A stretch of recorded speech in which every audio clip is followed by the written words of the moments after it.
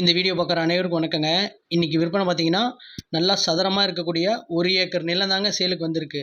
நல்லா சதுரமாக அப்படியே ஸ்கொயராக இருக்குங்க. 1 ஏக்கர் நிலங்க. டோட்டலாக சுற்றியுமே வந்து கம்பி வேலியோடு இருக்குதுங்க. மெயினாக செம்மண் நிலங்க.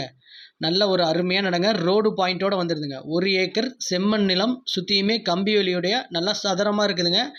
எந்த பக்கமே சூனியெல்லாம் இல்லைங்க. நீட்டாக இடம் சும்மா ஸ்கொயராக இருக்குங்க.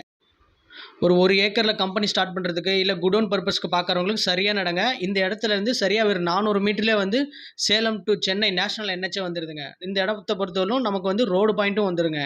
நல்ல ஒரு ஏக்கர் சுற்றியுமே கம்பிகளோட சேஃப்டியாக இருக்க இடங்க. பாருங்கள், இந்த இடத்துக்கு நம்ம இடத்த பொறுத்தவரையிலும் 120 அடி பக்கம் ரோடு பாயிண்ட்டே வந்துடுதுங்க. மொத்தம் பார்த்தீங்கன்னா 120 அடி நமக்கு ரோடு பாயிண்ட்டே வந்துடுதுங்க. இங்கேருந்து 400 மீட்டரில் என்ஹெச் ரோடும் வந்துடுங்க. இந்த இடத்த பொறுத்தவரையிலும் நமக்கு இன்னொரு ஆப்பர்ச்சுனிட்டி இருக்குங்க. எப்படின்னா, நம்ம லேண்டை அப்ஜாயிண்ட்டாக பார்த்தீங்கன்னா இன்னொரு 2 ஏக்கரா கிடைக்குங்க. மொத்தமாக நம்மளது 3 ஏக்கர் எடுத்துக்கிட்டிங்கன்னா கிழக்கு பார்த்த மாதிரி தாங்க வரும். இது பிற்காலத்தில் நாளைக்கு பிளாட் போட்டிங்கனாலும் நல்ல விலைக்கு போகுங்க.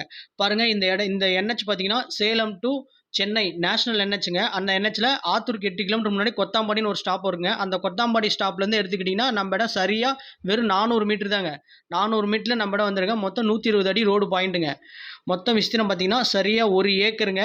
நீங்கள் என்ஹெச் ரோட்டில் எடுத்துக்கிட்டிங்கன்னா சதுரடி 5000 6000 அந்த ரேஞ்சு போயிட்டுருங்க. இந்த இடத்த பொறுத்தவரைக்கும் ரொம்ப ரேட்டு கம்மிங்க. வெறும் 400 மீட்டரில் என்ஹெச்லேருந்து இங்கே வந்துடலாங்க.